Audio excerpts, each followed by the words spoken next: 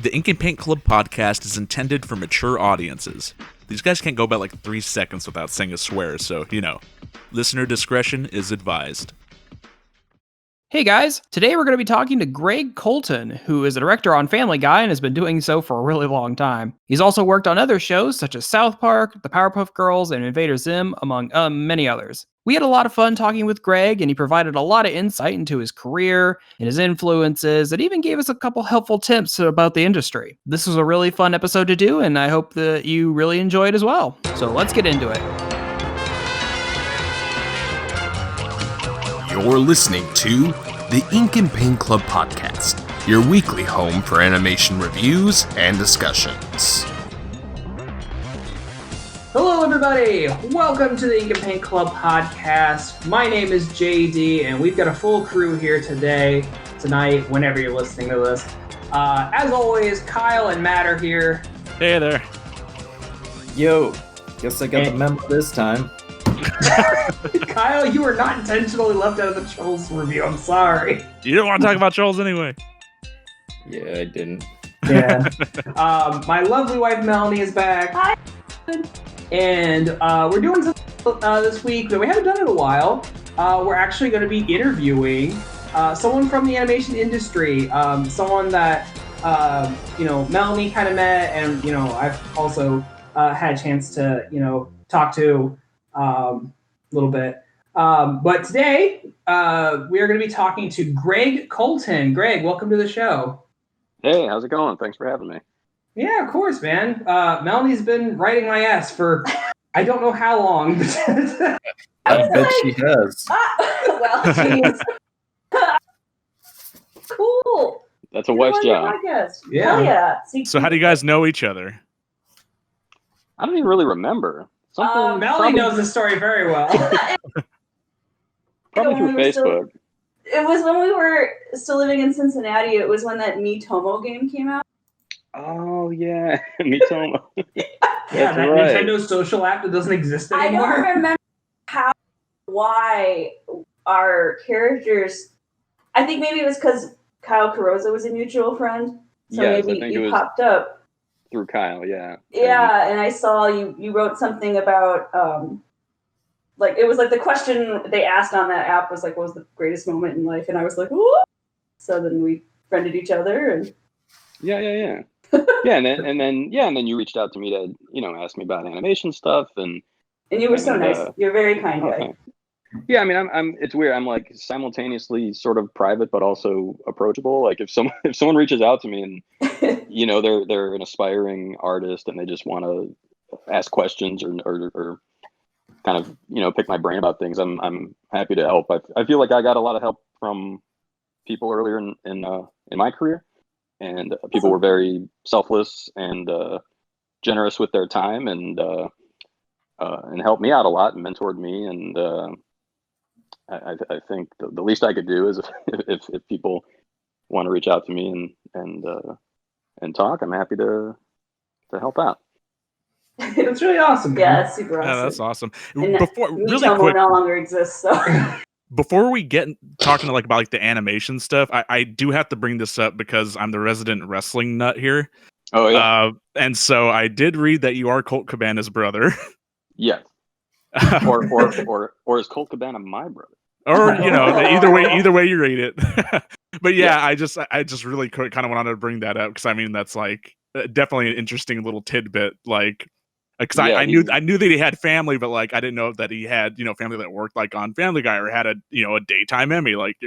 That's awesome, or a primetime Emmy. Yeah, he's my little but bigger brother. Wrestling fans at home.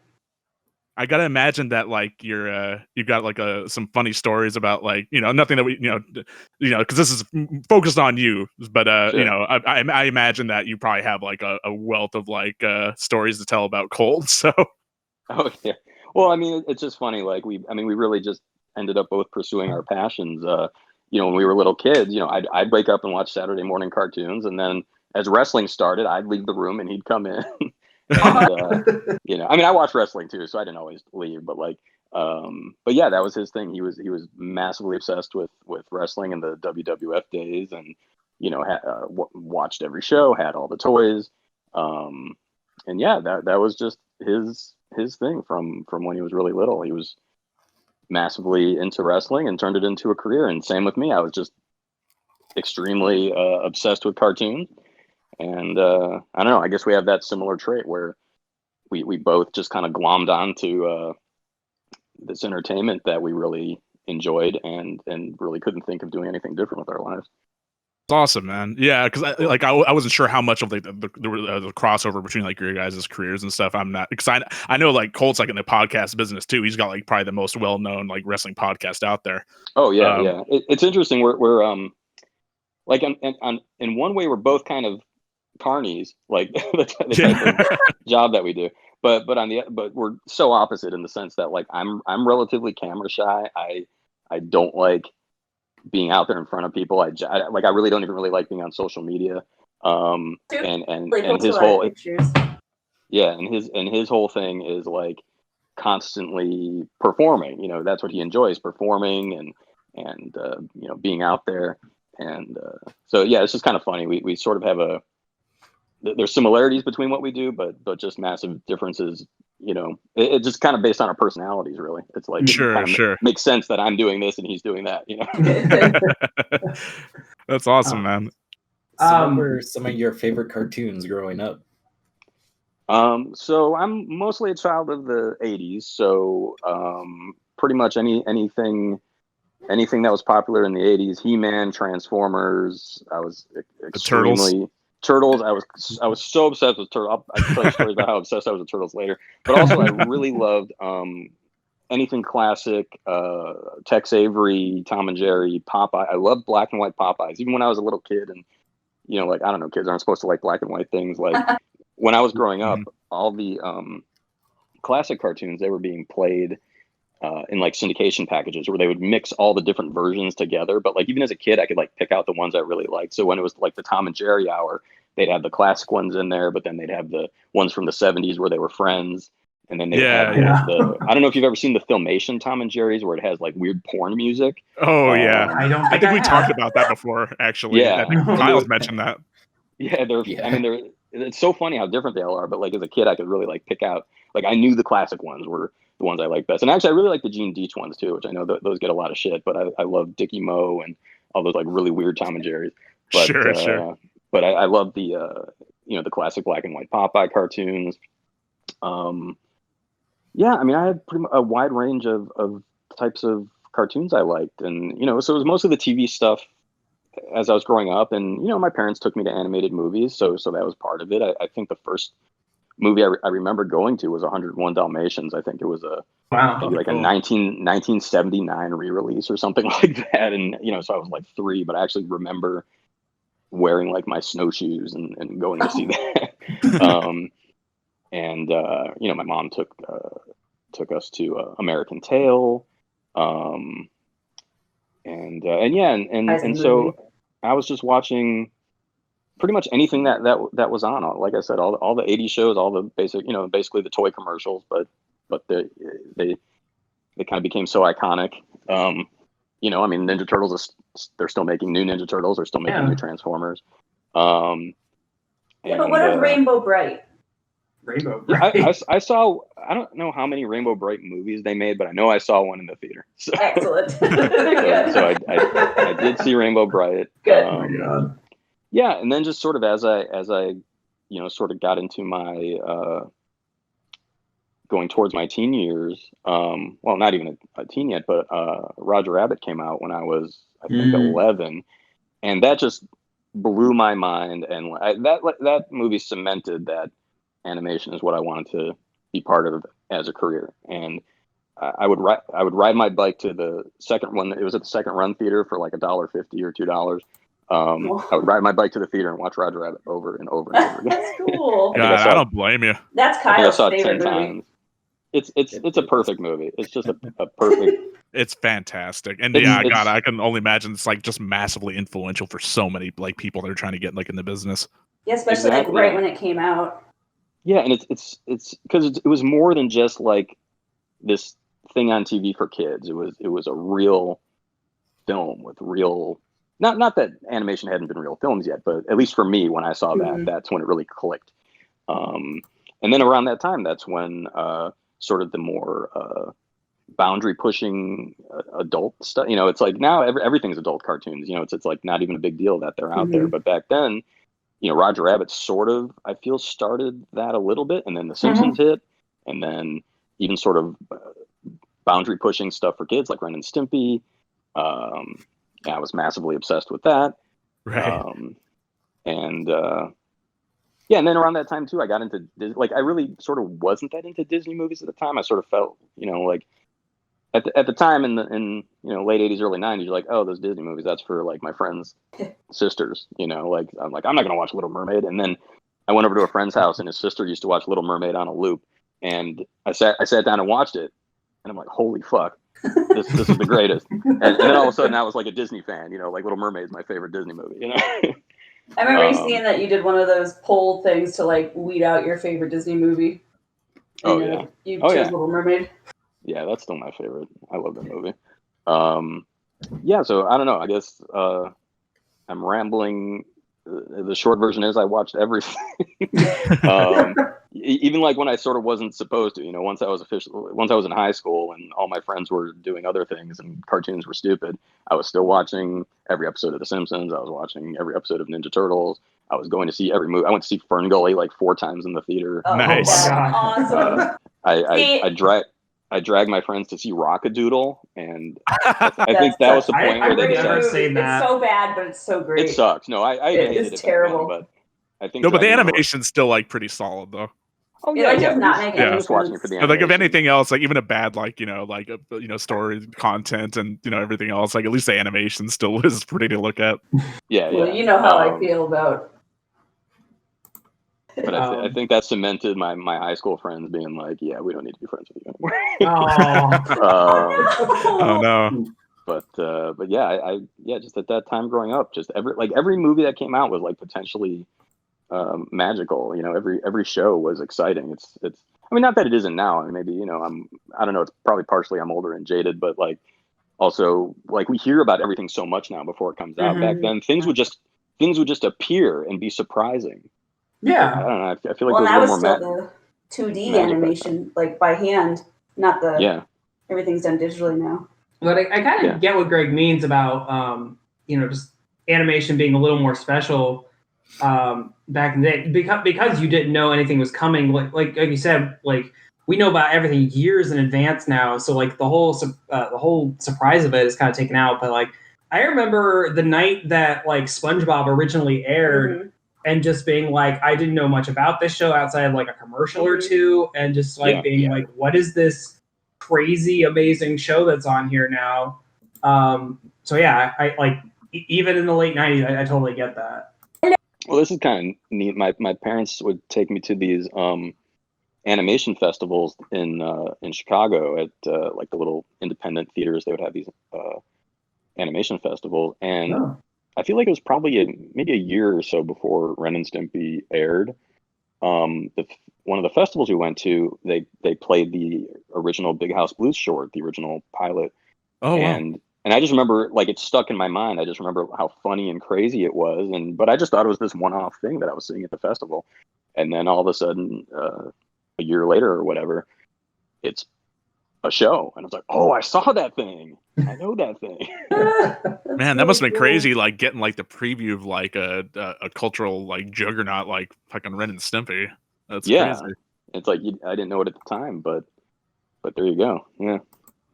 On the flip side of that question about like what you watch like when you were younger, is there anything now that you're like a fan of that you like follow, or are you like too busy to kind of like keep up with like newer shows or anything like that? I mean, I watch a few. I feel like I don't even know if it's. I mean, I am busy, but there's so much out there now. There's so much content. It's like, and even if I want like so many streaming services and channels and stuff now. So. Even if I wanted to keep up, it's hard to keep up. But I really like Rick and Morty. I watch that every week. I stick current on that. I feel like I'm behind on a lot of the like the kids shows. Like the last one I really liked. And I don't know if this is controversial or whatever, but I fucking love Pickle and Peanut.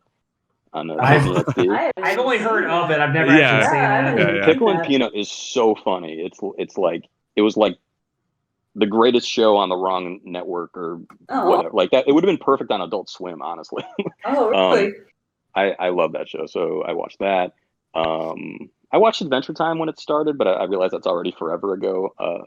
So I saw a couple. Yeah, it started like a decade ago. Yeah, I know. It's coming back though. The HBO Max is renewing it for some weird mini doing series. like 4-hour specials, 1-hour specials or something. So I don't know. Eventually, I should probably catch up on that because I really loved that show when it started. Well, their time in quarantine. I don't know. I started watching Solar Opposites because I like Rick and Morty, and that's pretty good so far. Right. I imagine that would entice a lot of like the same fan base. Yeah. But man, I'm trying to like rack my brain and think. Do you feel like you're just kind of more drawn to just? Well, I mean, in addition to being like older now, but like are you more drawn to just like watching more adult cartoons as opposed to like the the younger stuff? Oh no, I think if something really captured my interest, I would absolutely watch some of the shows sort of geared towards younger audiences. But yeah, I don't know. Nothing's really captured me. Like, and again, I don't know if this is an age. Like, it's safe to say, okay, that show's not for me. Like, I don't need to watch it. Sure. So I don't know if it's a situation where it's like, I'm just too old for this, or this is just for a different generation, or I don't know, this just sucks. I don't want to watch it. But I don't want to go there with something that I maybe watched 10 minutes of and turned off. Sure. Right. Gotcha. Maybe things often do get better, or maybe you're in a different mood and something will hit you. But yeah, I don't know. Yeah, some of the shows really haven't connected with me, but I'm trying to catch up on some of the movies that are coming out. I really loved the Willoughbys on Netflix. We just watched that. JD and them just watch it. We're gonna try to do an episode in a on couple it in the weeks. coming Yeah. Yeah. I thought that was fantastic. I mean, and that I guess that's just my take. I like things that are really stylized and the character design was so cool. Yeah, but everything, the timing, the storytelling, the designs, the staging, just everything. For me, that was an excellent. Like at this point, it's hard for me to watch a lot of things because I'll be nitpicking it. I'll watch something that's probably really good, but I'll just be like, oh, I would have staged that differently. I would have timed that differently. I would have animated that differently. Problem with like, a bunch of people working in the industry. Yeah, so it's really nice it's really nice to get kind of wrapped up in something where I'm just like, oh, this is wonderful. I'm not even thinking about what I would change. I'm learning from this. This is awesome. You're feeling that same magic that you had when you were watching like Roger Rabbit and Rockadoodle as a kid. Well, not Rocket. No, I know. But like Spider-Verse is fantastic. Like you don't need to tell anyone that Spider-Verse is amazing. We've talked at length about how amazing that is on here. Mm-hmm. Yeah. So I mean, and it's generationally. I'm trying to keep up with some stuff. I can't just not watch things. All right. Yeah, for sure. Because a lot of it is like research in a way. Like I want to know what my colleagues and other artists and animators are creating. I can't close myself off to that, nor do I want to. But it's just tough with the amount of choice out there right now. Mm-hmm. Sure. And raising oh yeah, that too. I imagine. Yeah. But once she starts watching shows, then I'm sure I'll be watching all these kids shows. All right. Make sure you watch Paw Patrol. My friend has a 2-year-old that's obsessed with Paw Patrol. It's like the best, but the worst. It's so you're watching. Well, I teach so many children. Oh yeah, you need to. I keep up. You need to know what they're up to. Right. Chases on the case. So, Greg, like, did you end up going to school specifically, like, for animation, or were you like, what was kind of like your education in that regard for that? So, I went to college at a place called Grand Valley State University in Grand Rapids, Michigan, and the reason I ended up going there was so like in high school, I took art classes and stuff, but I was just so obsessed with just cartoons. I would just draw cartoon characters, and I wasn't really doing any fine art really. Like I sort of would do a few things if it was the assignment and I had to, but I really didn't like doing charcoal drawings or paintings or sculpture or whatever. I feel like charcoal drawings. In retrospect, like I should have embraced that stuff a little bit more, and become a little more well-rounded. But whatever, I was, teenagers are stubborn; they think they know everything, and I was just like cartoons, cartoons, cartoons, cartoons. So when I started looking at schools, we visited a few places that were more like fine art programs, and I felt like animation was just a minor thing that they kind of didn't care about but had. And I just felt like I'm not going to get this or fit in here. So what I liked about Grand Valley is that their animation department wasn't part of the art department; it was part of the film and video department. And so it was an emphasis in film and video, and that was a little more interesting to me, because I felt like, I could learn, writing and editing and storytelling and cinematography and all the. I mean, animation is just a medium of filmmaking. Yeah, sure. So I felt like that stuff was more, at least relevant to my interest.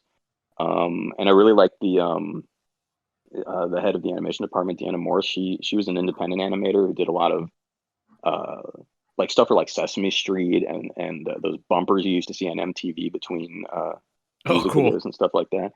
And so I thought she was really nice and really interesting. I liked her whole take on things, and I got in, so I went. Nice, awesome. Yeah.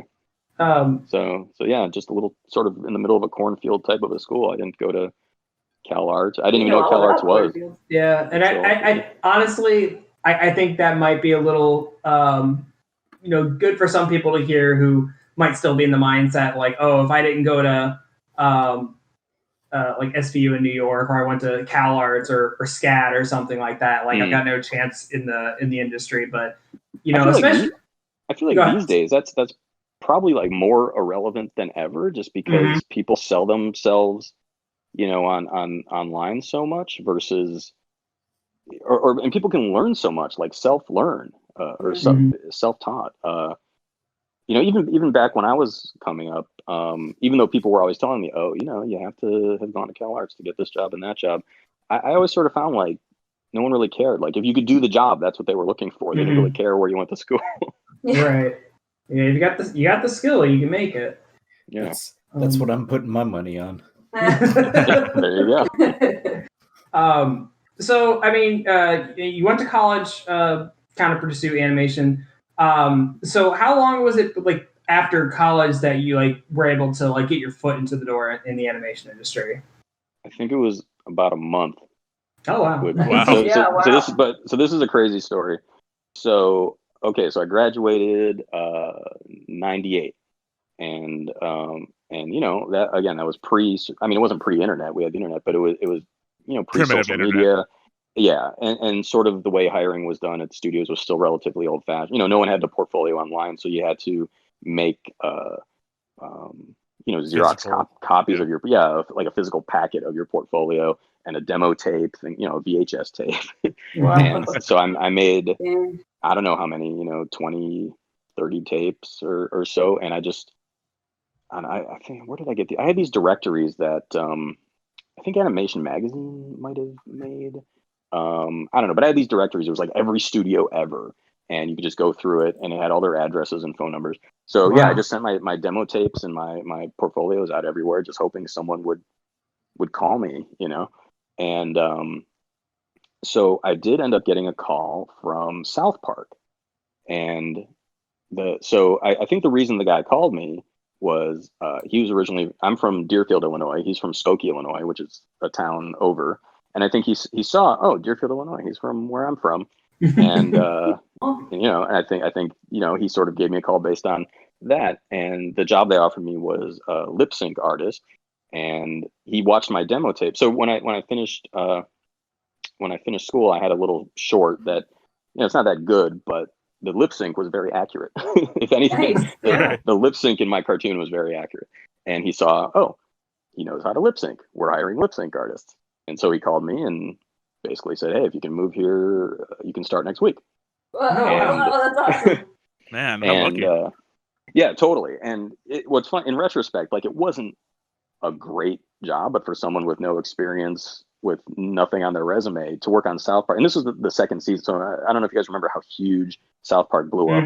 Oh my the god! First season. Yeah. Like I was still in school when they did the whole like who's Cartman's father, and then they did the prank where it was a Terrence and Phillip episode. Oh wow! or yeah, and just remember how huge that was, and just everyone talking about it, rewatching the episodes 50 billion times. So, I was a huge fan. So like, yeah, I mean, I was just like a fanboy of shows in general. So to get a call and say, "Oh, you're hired to work on this show that you love," I mean, that was unbelievable. But what's funny is the lip sync artist, and I don't know if it's still like this, but at the time, the lip sync artist would come in at night.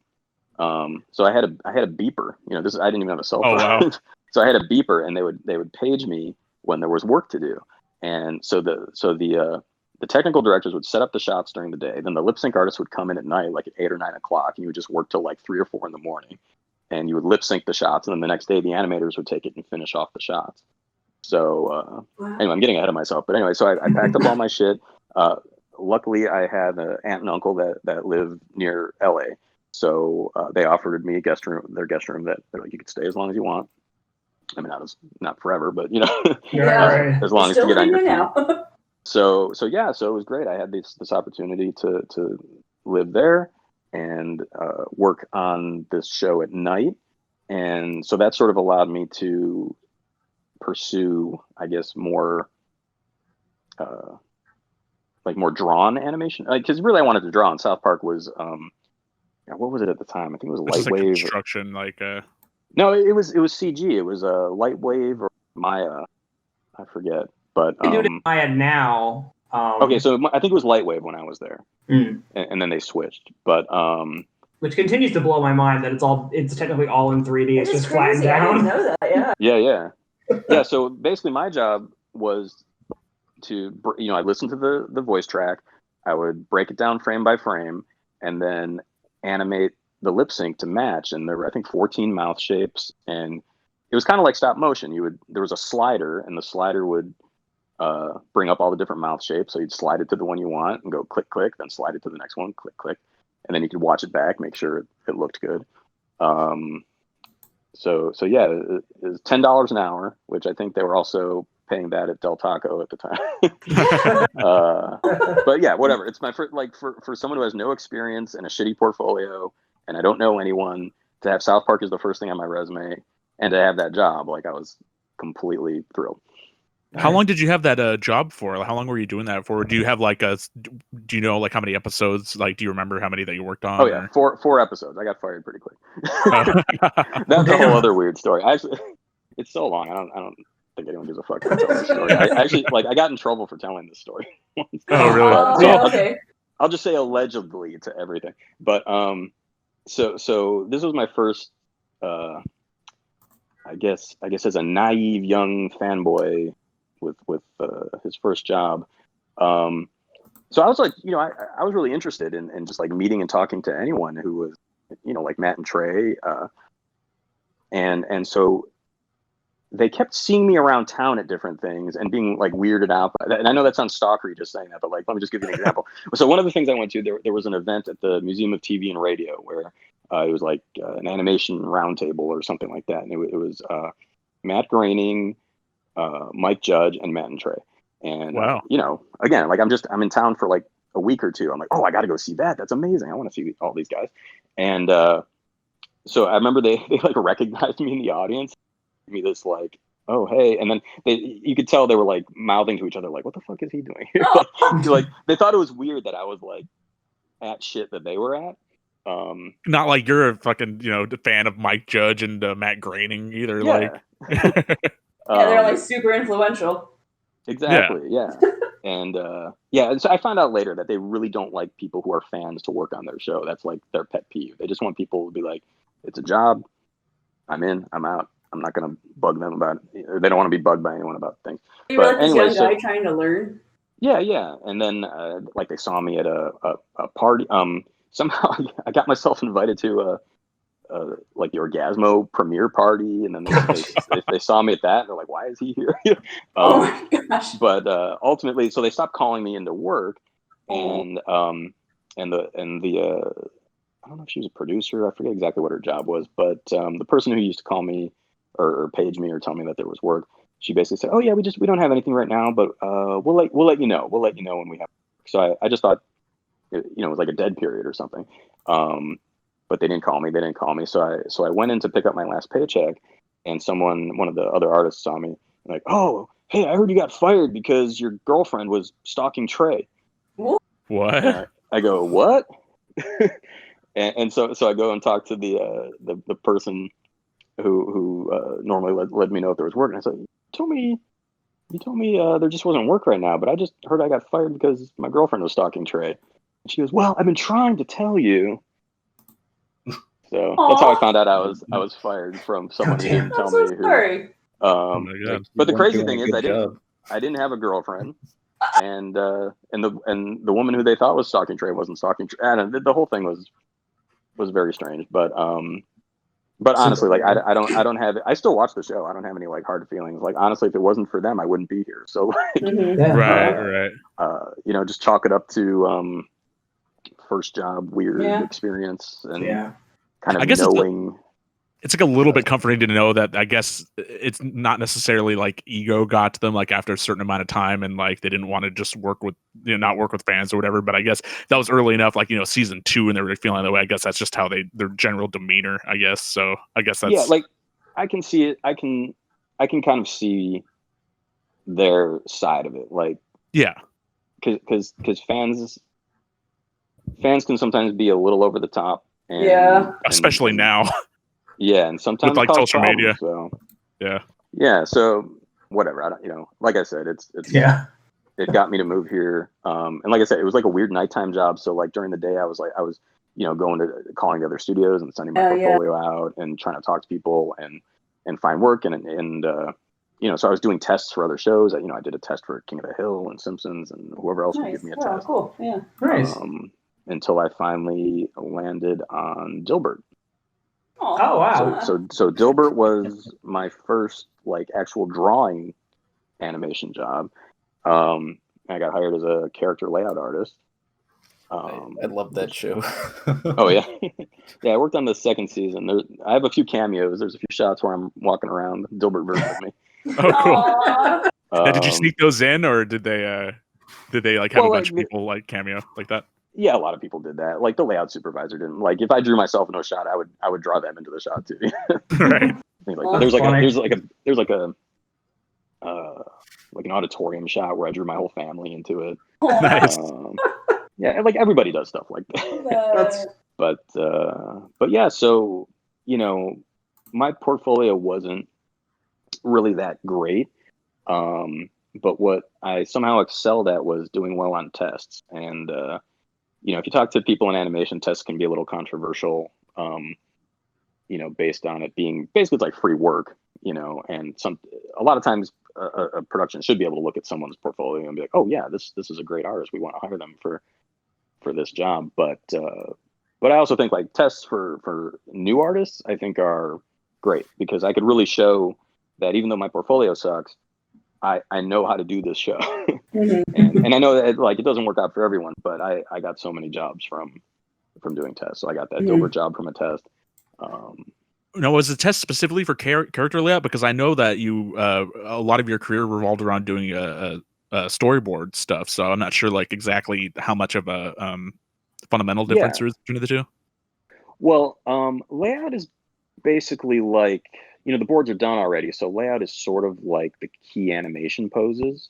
Okay. On animation paper, and like those are the real drawings that are gonna then be traced by the final animator who tackles the scene. And not a lot of shows do layout anymore, at least traditionally sort of hand-drawn shows, because it's almost sort of been comboed into storyboarding, because storyboards on a lot of shows have gotten so specific and posed out. It's like the storyboard artists are sort of also layout artists, but back then the boards were pretty loose. It was just like these are the compositions, maybe a few poses of the characters, but it was on the layout artist to like really flesh out the acting and put it on model and make sure like everything actually works for the next step. But yeah, I tested for that layout job, and sort of at the end of the 90s, like the 90s was sort of a big boom for animation. Like there was just so much going on. There were all the hand-drawn features, all the shows, all the attempts at primetime shows, because everybody wanted the next Simpsons. So Dilbert was sort of one of those. And they were really open to hiring new people as like a trainee position. So I was actually hired as a trainee. And there were a bunch of other sort of green right out of school trainees hired as layout artists. And it was cool. Like it was kind of like, because in school I learned a lot in school, but I really didn't learn what to really do on a show. If you're working on a show, I had no idea. When I moved here, I didn't even know. I just came out here like, oh, I want to be an animator, just a generic animator. I didn't know all the specific breakdowns of different types of jobs. It's like, it was only after I moved here and started looking into, who was hiring and for what, I was like, oh, okay, there's character designers, there's storyboard, there's this, there's that. So yeah, I really didn't know that until I started looking for work.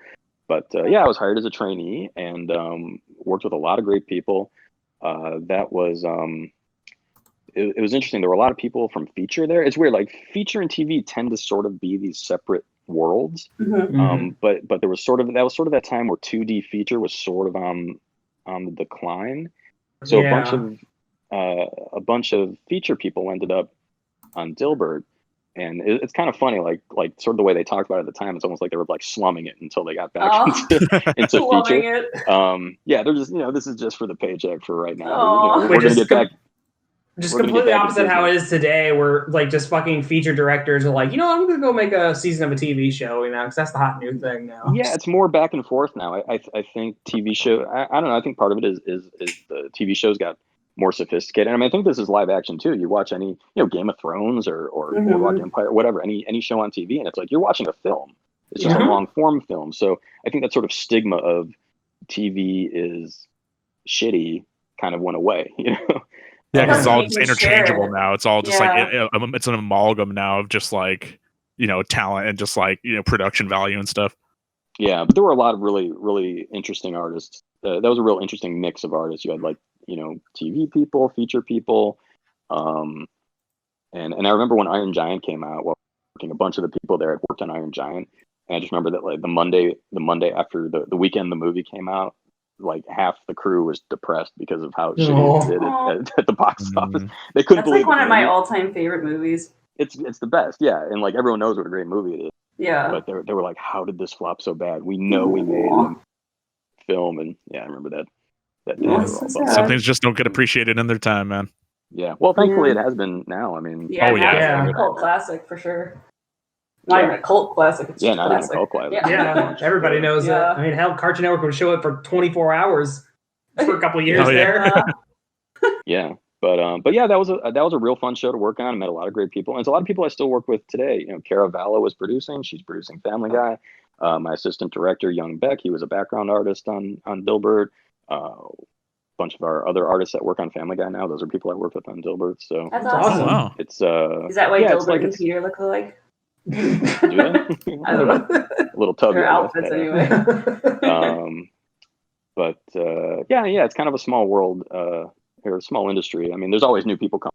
But there's, every studio has their sort of groups of people that kind of follow each other from production to production. That's nothing new. But yeah, no, it's kind of cool that a lot of people I worked with back then, either I work with them or we're still friends. It was a good. I mean, it was my second job, but I almost sort of consider it my first job because it lasted a while and it was like what I really wanted to do, which was draw. Yeah, officially. Yeah. So what came after Dilbert was, if I'm not mistaken, you did some work on Invader Zim, right? All right, let me rack my brain here. I think Family Guy actually came first. So here's a weird show. I don't know if this is even on my IMDb, but so there was this weird show called Flute Master. Was that on there? You know what? That was on there, but I had no idea what it was, so I didn't really know how to approach it. Yeah, it's like this weird show that almost like no one knows what it is. So here's how this happened. Okay, so my dad grew up with this guy who's now like a big entertainment lawyer in LA, and he was like trying to do my dad a favor and help me find jobs. And he knew this producer named Barry Glasser, who was trying to get some kind of production off the ground. And then so I got hooked up with Barry Glasser. So what's interesting is there was a show back in the 80s. I don't know if you guys have seen it, called Galaxy High. I know of it. It's a one-season show, but I loved it when I was a kid. I loved it. And Barry produced that show. And I think he was maybe one of the co-creators. And so when I met up with Barry, and he told me he did Galaxy High, I was like, my fanboy, oh my God. and Galaxy High for him was a one-season thing a million years ago that no one. So he's like gone his whole life in Hollywood with no one ever mentioning Galaxy High, and then I'm like gushing Galaxy High. So he loved me immediately. So he somehow, I don't know how this all came together, but so he somehow pitched a show to the Chinese government. The Chinese government wanted to make a show that would appeal to American kids and Chinese kids. So somehow he came up with a show called Flute Master, about a boy in Santa Monica who finds a magic flute that summons these ancient Chinese princess and sorcerer and monsters and shit. And they thought this would be great. Like, Chinese kids and American kids can both like this show. But there was like no studio. It was like basically like Barry's apartment we would have meetings in. And but we got it done. Like, they made a season of this. There's like 26 episodes. So I ended up designing all the main character. I designed the model pack. And so they wanted us to board 3 episodes here. So I boarded 1 episode, and then I got 2 of my friends from Dilbert on it, and they each boarded an episode. And then they took what we did, my designs and the boards. They hired a couple Canadian directors. They went to China, and then they took it from there and did the rest of the show. So yeah, it was this really weird, just like freelance, weird side project, but it's a real show that exists. And then I don't know who owns it. Like there's some small company that still owns the rights to it that I think tried to syndicate it on, UHF stations or weird cable stations. And I know at some point they changed the name of it to Skate Boy or Skate Kid or something like that. Yeah, like Flute Master just makes everyone laugh. You hear Flute Master. That's true. But I'm right now. I'm in those too. Yeah, right. Though it's cringy, but I'm looking right now in my office. I have a little plush of one of the characters I designed for that show. So it's like That's awesome. It exists. No one knows what the hell it is, but it exists. I'm literally Googling it, and nothing's even coming up. For it. I'm nothing. I found it. It's one word. Oh, okay. One word. There might be like some Chinese DVD of it or something, or it might even be like a CDI or something. Or a CDR. It's a Steam game with the same name, and that's why it's like really hard to find. Wow. Yeah. So I worked on that after Dilbert wrapped. That basically carried. I think it was like a spring or summer that I worked on that, and it was actually like a really good paycheck. And I got to work at. Well, that's good. I got to work at home and sort of have all this creative freedom, sort of like helping create this thing that nobody knows. But then after that, I believe I worked on Family Guy. 3rd season, I got a job as a storyboard artist on Family Guy. So this was after.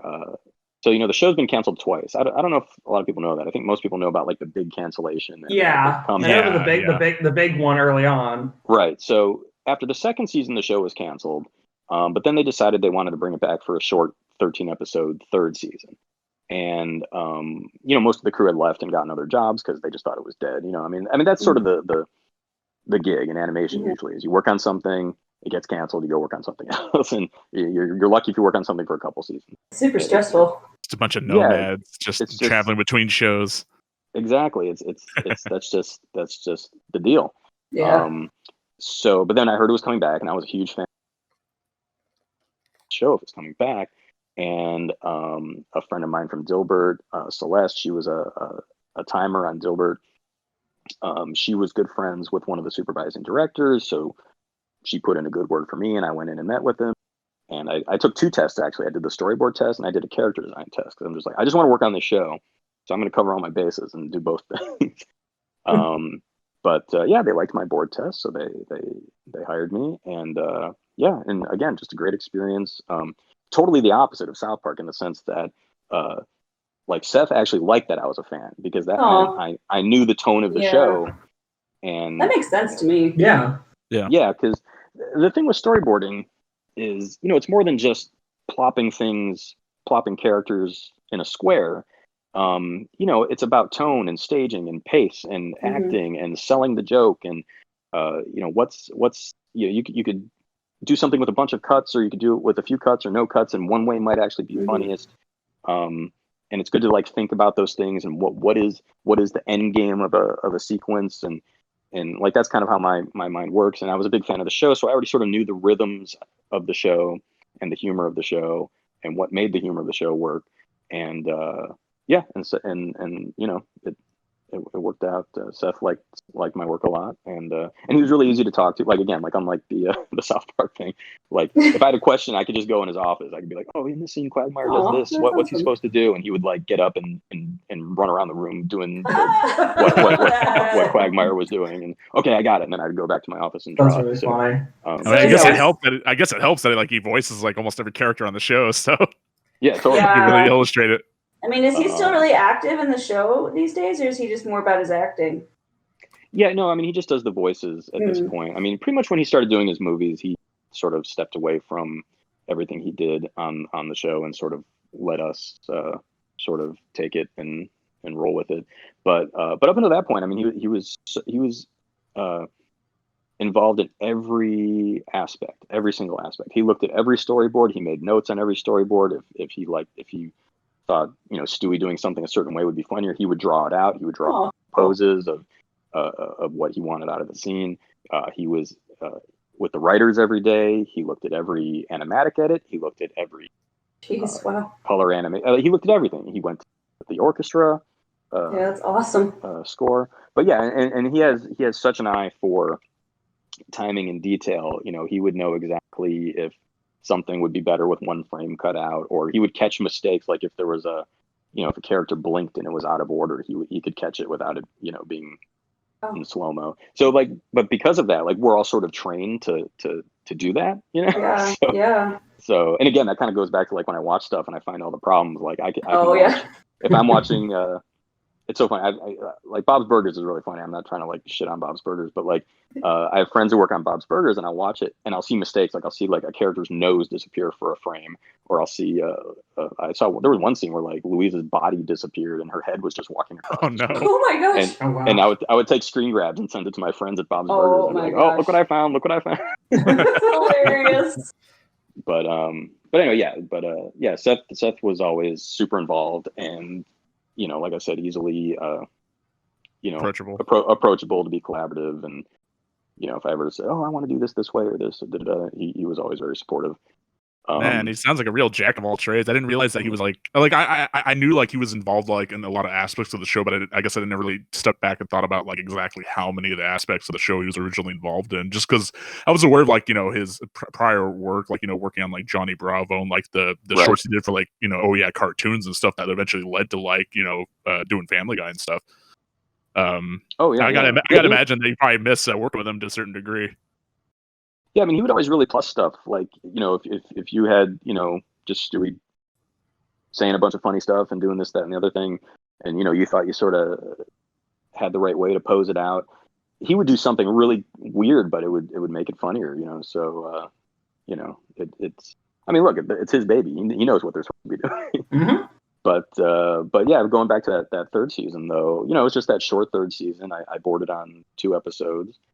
And then it got canceled, and then it was done. And then again, just the norm in animation. You just you try to go to the next thing. You try to go to the next thing. And I think after that, that's when I went to Zim. Cool. And that was such a sort of, I don't know if fish out of water is the right word, but I came in that show on. Definitely unique. Oh yeah, well, just for me, like being part of the crew felt a little weird because.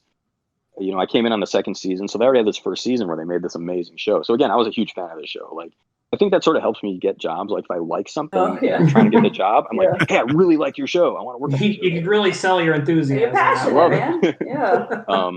But again, I did a test. Oh, so here's a sort of a funny story about Nickelodeon. So I turned in my portfolio, and again, like I said, my portfolio has always been kind of weak. Like, I don't have a good portfolio, but somehow I can like, if I can do a test, I can prove that I can work on a show.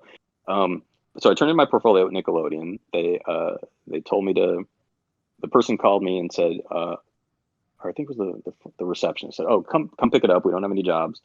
And I'm like, "Oh, was there any feedback about my portfolio?" And she said, "Oh yeah, I'll tell you when you get here." So I went in to go get it.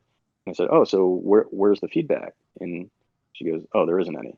Oh, but you told me that you told me there was going to be feedback. She's like, and this is weird because it's the receptionist. I don't know why she had this info and attitude. She goes, "Okay, I'll tell you, but you have to promise not to get mad. So they said there's some okay stuff in there, and there's some terrible stuff." And I'm like, "Oh, okay. I mean, anything more specific? Like anything I should take out?" So as she's kind of like, and she just wants me to leave. So I see a friend of mine who worked on Family Guy, Charlie. He was a timer on Family Guy, and he was working at Nickelodeon. He was working on Zim. So he's walking by. I go, "Hey, Charlie, she just told me my portfolio sucks and I can't get a test." He's like, "Oh, come back with me. I'll get you. Come back into the office with me. I'll get you a test."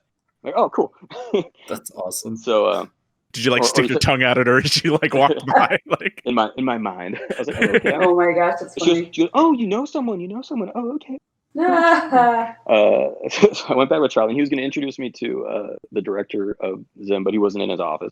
So I left my portfolio on his desk, and I put a note on it that said, "They just told me my portfolio sucks, but please humor me and give me a test. I really love this show. I would be good at it." And so then they called me. They gave me the test, and they hired me. I was just after all that, I was shocked. They told me that they maybe had like 120 tests that people had done, and they picked mine, which was bonkers. But your friend knew you were, but yeah, but still, it's like it wasn't easy. Like that show was definitely, I mean, it's a complex and rich and cinematic and weird, and it's like everything. It's anything. Yeah, and like one of those shows that was like a really early adopter of like using CGI like in their work too. I'm wondering if how that totally. Directly impacted your storyboard, because you did storyboards on Zim, right? Yeah, the episodes I did were very character based. I didn't do any of the big like space battle type episodes. Right. I did one. The first one was called Mortos or Soul Stealer. Oh my God, that's the one that everyone's always divided on too. It's so it's weird. And so this is what's crazy too. So basically, my first week of Zim was when 9/11 happened.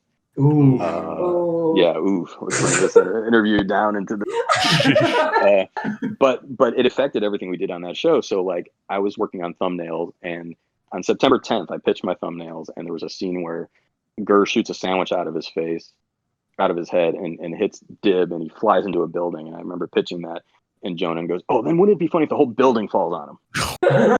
Yeesh. And then the next day it's like I didn't even know if we were. It was like everyone was panicking and nobody knew what to do. But then when we went, like, yeah, so that building falling on Dib. No, we're not doing that. Can't do that anymore. But then we got all this sort of these new rules from up top. They're like, okay, no more explosions, no more fire, no more glass breaking. And it's like Zim is a show about a terrorist. I mean, yeah, essentially. You get down to it. But in Mortos, so if you watch Mortos, there's these parts where Zim is throwing these rats through people's windows. And originally, the windows were supposed to break, but because we couldn't break glass anymore, they're on these like rotating like axes, or like the windows spin, they don't break. Yeah. But what's funny is in post production they put in a glass breaking sound effect when the rat goes through and lands, which I thought was like a total troll to the network. So the glass can't break, but then you do some glass breaking. Right. Yeah, no, that's not the first time because I remember there was an episode where like Zim and Deb were like yelling at each other from across the street, and there's supposed to be cars there, and there's no cars, but there's still like a bunch of car noise. That was my board. Oh, that was you. Yeah. So I think that was just they would always do these like post-production type jokes. Like to them, that's just funny. Like to do something like that, to have all the car sound effects and no cars. I think that's just like Jonan entertaining himself. Like this was the first season, but do you remember the episode with the giant hamster, Ultra Pee-Pee? Mm-hmm. Yeah. And so Ultra Pee-Pee, there's this part where he's doing this like funky walk, and then the music changes to like a funky Ultra song. Pee-Pee. Ultra Pee-Pee. Yeah. So that was just an animation mistake. Like that was not intentional. He was not supposed to walk like that. It came back from the animators, and he was doing that, and they thought it was so funny they added that song to it. That's amazing. To make it more fun. I mean, hey, it worked out for sure. Yeah, because I mean, that show's full of it. There's another one that I just remember off the top of my head where like I think they drew a cop like a bit bigger than like other cops, and so instead of fixing the scale of the cop, they just like added booming like footsteps and like a deep laugh. Like shit like that would happen all the time. Yeah, that Jonah's a character, man. Watch them. It's been a minute. It's funny, so let's keep it. Yeah. But yeah, so anyway, like that was a weird show to work on in the sense that it was like right after 9/11. Also, I was very green to that style of storyboarding. You know, my storyboarding work so far was that Flute Master that nobody. Think of the movie the Zim movie that just recently came out. Oh, I thought it was fantastic, and that was an all new crew too. But it was they managed phenomenal. To capture like the spirit of like the original. Yeah. Oh, totally. Very well. Yeah, I loved it. I thought it was great. Were there just for my sake, were there any aside from Mortos or Soul Stealer, were there like any other like episodes that you worked on specifically that you remember off the top of your head? So I did part of Gaz Taster of Pork. Oh god. Awesome. And then so I was starting on an episode, or I was almost done really. There's an episode called Simon Says Doom that never got produced, but right. But they recorded audio to that one though, I think. Yeah, that was like one of those. Yeah, sitting in my house. I took them home with me. Oh, nice. Fun. Yeah, I mean they're basically almost finished. But yeah, so we were working on Simon Says Doom, and you know, like I was basically a little bit late on my deadline, and I remember like 1 second the producer's freaking out, like you gotta finish, you guys are late, you're late. And then I'm working late, I'm sleeping under my desk, I'm stressing out, and then one day. The director goes, "Hey, we're gonna go have a crew lunch." I'm like, I can't. I got trouble. No. He's like, and he goes, "Nah, don't worry about it." I'm like, "What do you mean, don't worry about it?" I'm like, "What the fuck is going on here?" So we all go out for lunch, and it's super weird because I'm like, "Why are we all going for lunch? This is weird." But then when we got back, they go, "Okay, we're having a crew meeting. Everyone gather around," and that's when they told us the show was canceled. So they're softening you up. Yeah, they're like, which is crazy to me. That show's so popular. Yeah, but at the time, I think it got popular after the fact. After, yeah. And plus, like with the way that the show was, like it couldn't survive like in a post 9/11 world with all the limitations that got like implemented on it. I imagine it wasn't just it was like everything. It was like it was very expensive because it had its own in-house CG crew. It ratings wise, it wasn't doing as good as other stuff. Nickelodeon never really liked it it's weird. Like they didn't really like it in the first place, but when they made the pilot, it was the highest testing pilot that they had ever done. Yeah. Oh wow. But they were never really hot on it. But then even like the vision for like Jonan had one show and Steve, the director, kind of had another vision for the show, and then Nickelodeon had another vision for the show, and they were all kind of just like trolling each other. I feel like we like Nickelodeon basically the suits said, "We hate Dib. Dib sucks. Make the show less about Dib." And then Jonah would write episodes all about Dib. Right. No, I remember like on going on Invader Zim fan sites back in the day, and there was like the whole "God Save the Dib" like initiative. Like I remember seeing. Yeah. And then one of the episodes the episode I was supposed to start working on after Simon Says Doom was called 10 Minutes to Doom, and that's one where Zim gets his pack removed, right? Yeah. Yeah. Wait, am I? No, I'm mixing up a few things. Okay, so yeah, I mean that was the next episode I was going to work on, but then there was another episode called The Trial, where that was okay, I'm familiar. Maybe this story's out there already, but like, but basically in the script, every scene ended with an explosion because it was basically like, here's all the things Zim fucks up. That's every scene ends with an explosion, and then it was like it would turn into a joke where he would just be like making toast and not Earth, but like his house would blow up or something. So the network said, you need to take all the explosions out of this script. And like, that's the entire running gag. So they took the script where it said scene ends with an explosion and changed it to scene ends with a boom. Whoa. So it was just like, there was just so much going on. That's fucking hilarious. Oh, freaking sorry, I cursed. But yeah, so then that ended. And let's see, after that, I got a job doing board revisions on a show called 3 South, which was created by one of the Family Guy writers, Mark Henneman. Kyle, it's one of my favorite shows too. Huh? It's one of my favorite shows too. It's just a hidden gem that nobody knows. I never heard about this show until Kyle had brought it up. We were talking about like our favorite animated whatevers, and like Kyle's fucking in love with 3 South. Oh, that's so funny. Yeah, and I don't even think they aired them all. I think they only aired 8 or 9. But yeah, it was Sounds on about right. It was on at the same time as Clone High, and I Yes, I that's loved how I know about it. Yeah, Clone High was phenomenal, and then everyone knows what those guys have been up to. Yeah. Since then. But yeah, but that was a real nice change of pace after, because like Zim was so stressed. So like I sort of, Zim was a great learning experience in the sense that I learned, I think, how to be a better board artist from all the techniques and crazy shit they were doing on that show. But I also learned, like, don't kill yourself over a job, like in the sense of like, I was staying there super late and sleeping under my desk. And it, like, at the end of the day, there's kind of like no loyalty from studios to artists. Like you can drive yourself up the wall to make the best show you think you're trying to do the best thing you can do. But if you're working all those extra free hours and stressing yourself out and losing,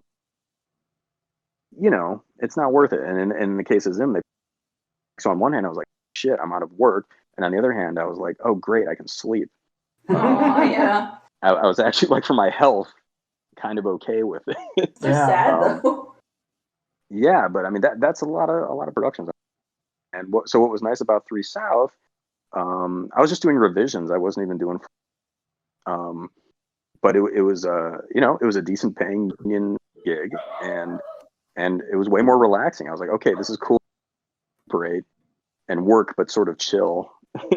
And again, I was working with really good people, and again, Caravalla was producing, and that's where I met Shannon Smith, who's our producer on Family Guy, along with Kara, and a bunch of other people.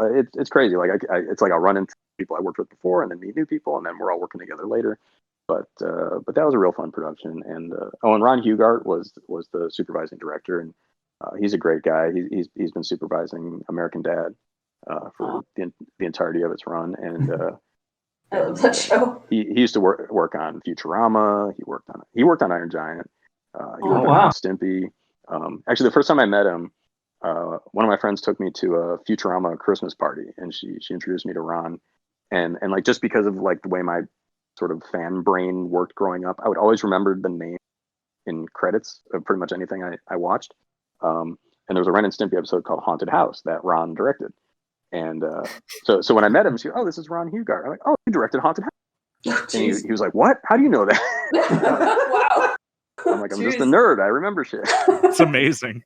Awesome. It's my absolute favorite episode of Ren and Stimpy too. Oh yeah. Oh my gosh. Just It's hitting just all the the Kyle ending of Jackson. the I'm just like nerding out right now.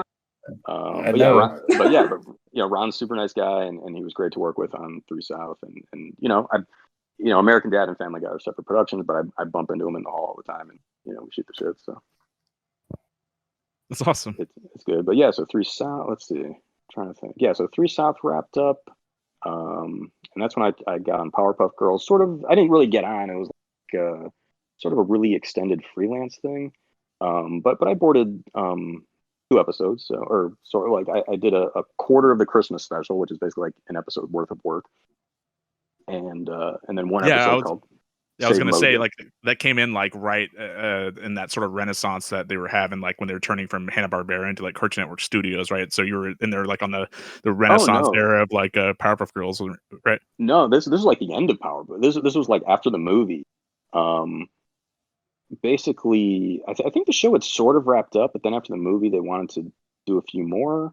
I'm trying to remember the chronology of it, but I just remember at the time, Craig was developing and pitching Foster's, and right. And so they wanted to keep the show going, but like a lot of the crew had to go do other things, and then he was busy with Foster's, so they were trying out new people as freelance.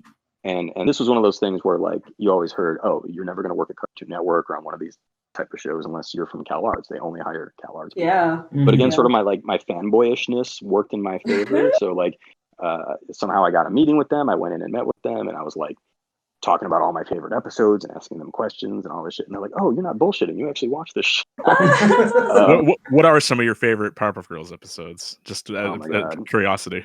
It's been so long. Oh man, I love the I'm for a Change with the clown that like something. Oh yeah, I like that one a lot. I liked Dynamo. I liked Catmandu. That was a good one. Yeah, Okay. those Oh, are yeah, all it's a good great. one, Yeah, yeah. I'm trying to remember the Mojo. I mean, all the Mojo episodes were Yeah, always Mojo's funny. just such a great character. Yeah, it's been so long since I've watched them, but Right. I mean, that show was so good. I mean, I loved it. I really loved Oh it. yeah, And, it's fantastic.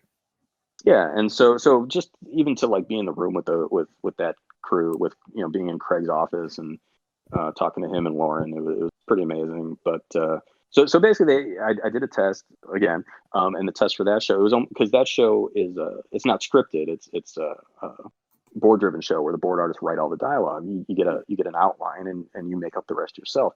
So the test for that show was basically like boarding a 2-minute short where you're writing everything yourself. So I basically boarded a short with the girls doing some stuff.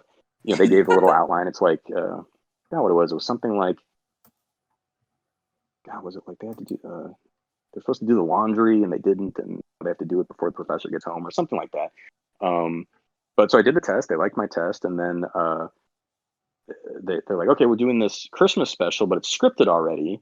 So like this way you can kind of like get into the style of the show, and but you don't have to worry about writing it. So I did the Christmas special, and they liked my work. So then they gave me Save Mojo, and that was interesting because that's like the first thing I wrote. Right. Like working on a show where I also wrote it, and I remember my first pitch. It didn't go that well. They're like, oh, you can punch this up and do this and do that. Why don't you like kind of rework? Come on back. And so I reworked it a bit and punched it up and tightened it up, and then they seemed to like it. But so what's interesting though about that episode is, or just working in at different studios in general. Like every studio kind of has its own sort of style of boarding, and it's not always like, so basically I'd come from Family Guy and Zim, which was very like on model and posed out, and like nothing's really left to the imagination for the next step. And Powerpuff Girls is super loosey goosey. They sort of let the the person who gets the directing credit is the animation timer, but like they're more truly the director. Cool. So they do a lot of extra poses and things that aren't in the boards, and like I didn't know that. So I'm trying to remember how long their boards.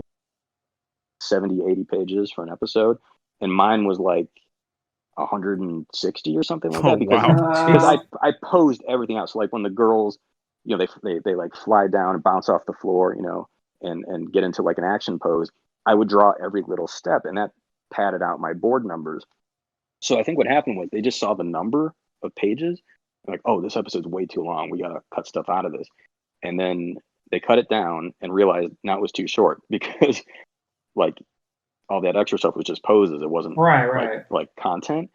And then they rewrote some stuff and sort of slowed some stuff. So it's like, it's weird. Like that episode as it exists, quite how I imagined it would play out. Like there's this montage where Mojo is like stealing stuff from all over town. And in my mind, that was just like a fast, quick sequence. And it's like super slow in the final episode.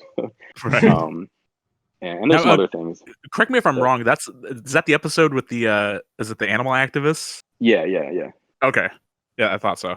Yeah, and then there was this sort of whole thing at the end that they cut out or simplified. But I had like the whole plot was Mojo building this giant destruction machine, and then ultimately it was like a robot version of him on top of his little mountain base. And then he was inside wearing kind of like this like VR getup. So everything he did, the giant robot did. So like while he's monologuing and he's doing different poses, I would like cut back and forth from him to the giant robot doing poses. And then the gist is then he would just start smashing around with his hands to smash the whole town. So they like got rid of that, just like a big huge construction mechanism of some sort with like weights and things. So. Yeah, I don't know. One of these days I'm gonna have to put all my old boards online. I've got all the. I would love. That'd be amazing. I would love to see those. Yeah. Oh, we're all like, oh. Yeah. But anyway, so yeah, that just lasted for those the Christmas episode and Save Mojo, because they were just kind of like trying different people as freelance, and I did those two, and like I don't know if they were unhappy with Save Mojo, but like clearly there was that sort of. They changed a bunch of stuff, so I think they felt like we had to change stuff. Let's just cut them loose.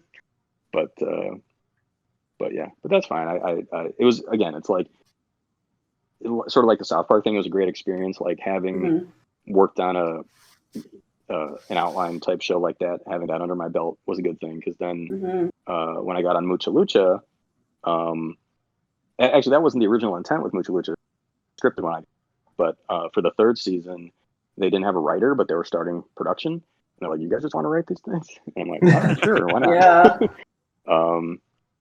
So then for Mucha Lucha I got to write while I was boarding for maybe 6 or 7 episodes, I think. Now, did you call upon any like your childhood experience Yeah, with your brother there, like to kind of put towards the show? No, not really. I think I might have different style of wrestling too.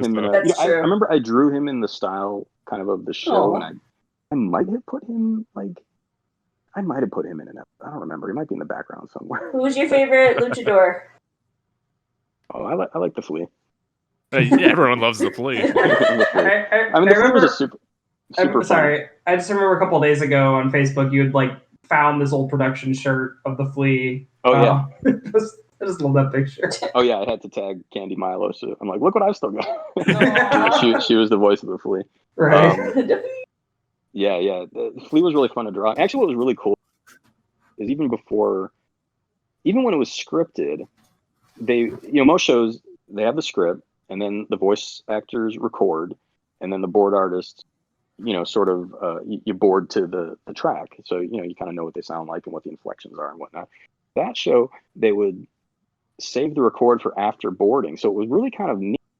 I would draw Flea like doing all sorts of crazy shit or with funny expressions. And so, they would look at the boards to guide their voice acting. So Candy would have to like match the energy that like you drew in. Yeah, but what was so amazing about it, I mean, I think this just the Candy's talent is like the way I imagined it in my head, she did it exactly. Even though like we didn't talk room or conversation or anything, but it's like, oh, she could feel what I was going for. And it's amazing. That's awesome. Yeah, that was real fun. Again, just met great friends on that show and worked with a bunch of great people on that show. Well, Snoopy is still the best luchador, so. Snoopy. Yeah.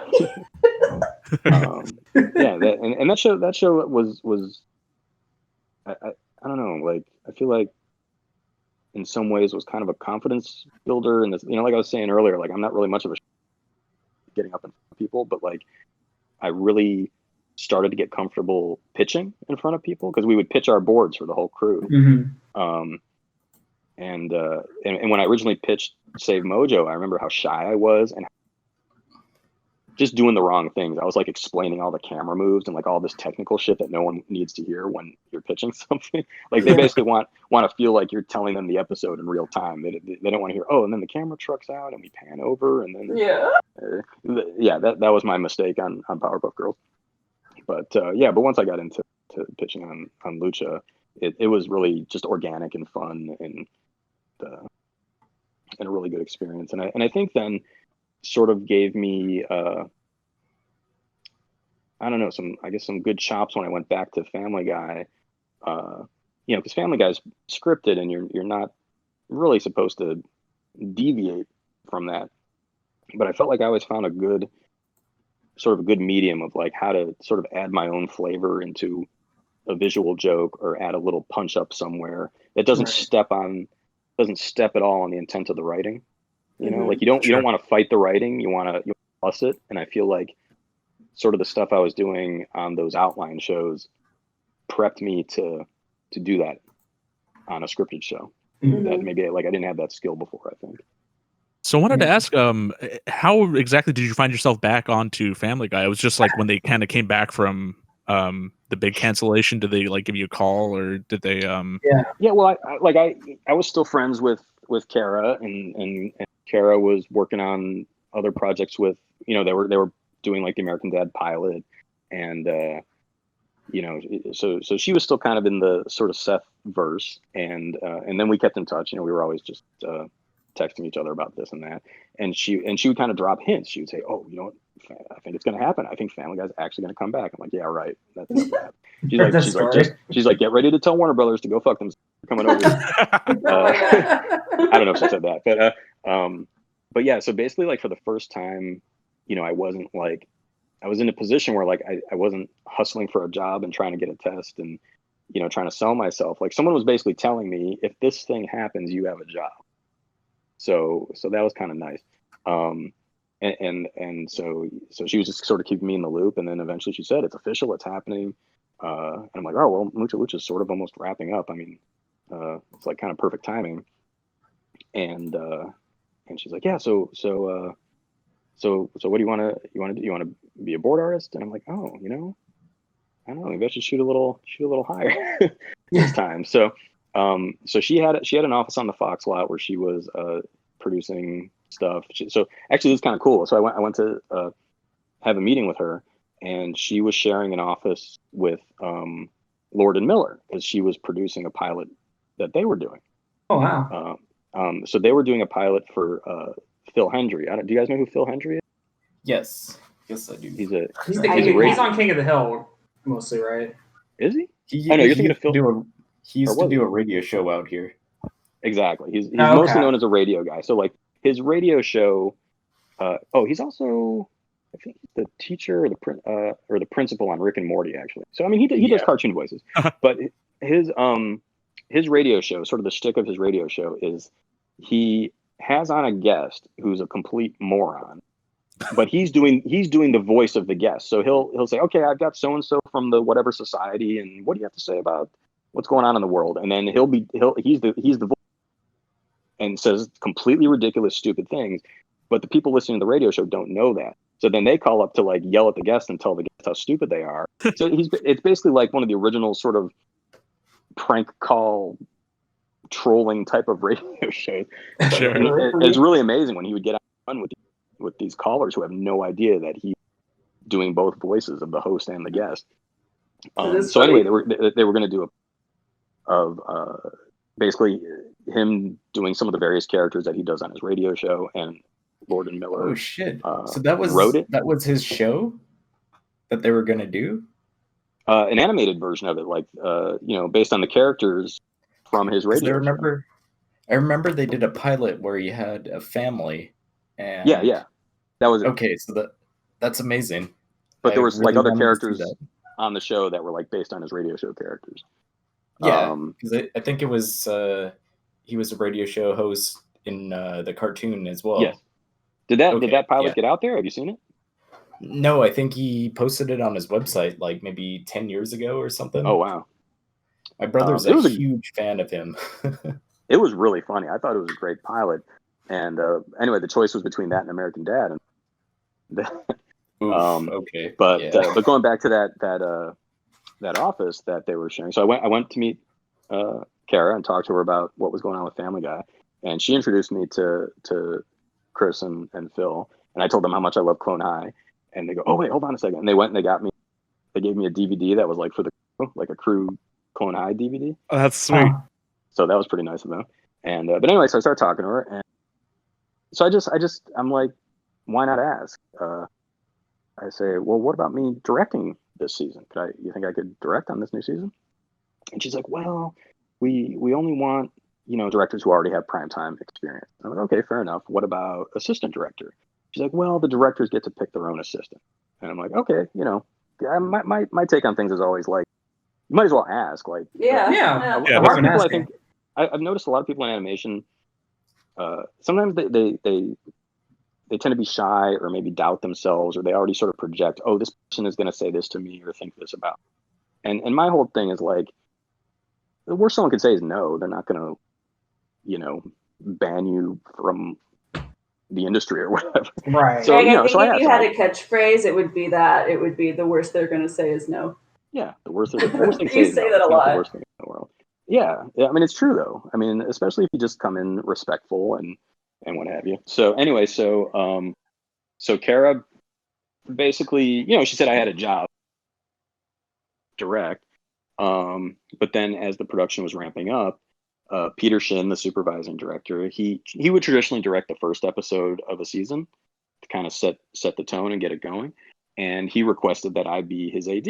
So that was nice of him. He liked my work from the third season, and Seth liked my work, and why not hit the ground running with someone who knows the style of the show. Sure. So then we started. It was 16 years ago this month. We started season 4, episode 1. No, that's and crazy. it was unreal just to come back and then be in a higher position.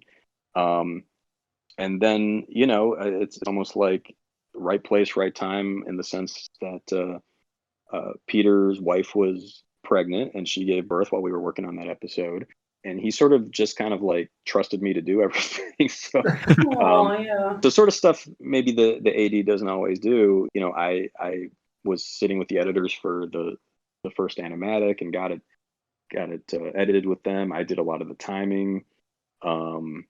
I don't know if you remember. So the episode was North by North Quahog, and there's a Passion of the Christ 2 sequence. Yeah, that's the one where they have the sequence of like Peter getting chased by the plane, like in North by Northwest, right? Yes, yeah, exactly. But like even the visual Passion of the 2, like I don't know if you remember the logo. It's like T2, but the cross with the 2. And then the cross like turns into a gun and blows up the screen. So that's sort of what I was talking about earlier, where like that wasn't in the script, but that's just something I threw in there that I felt like fit the tone of this whole thing, and so stuff like that. Those are like the type of things I'll add into episodes.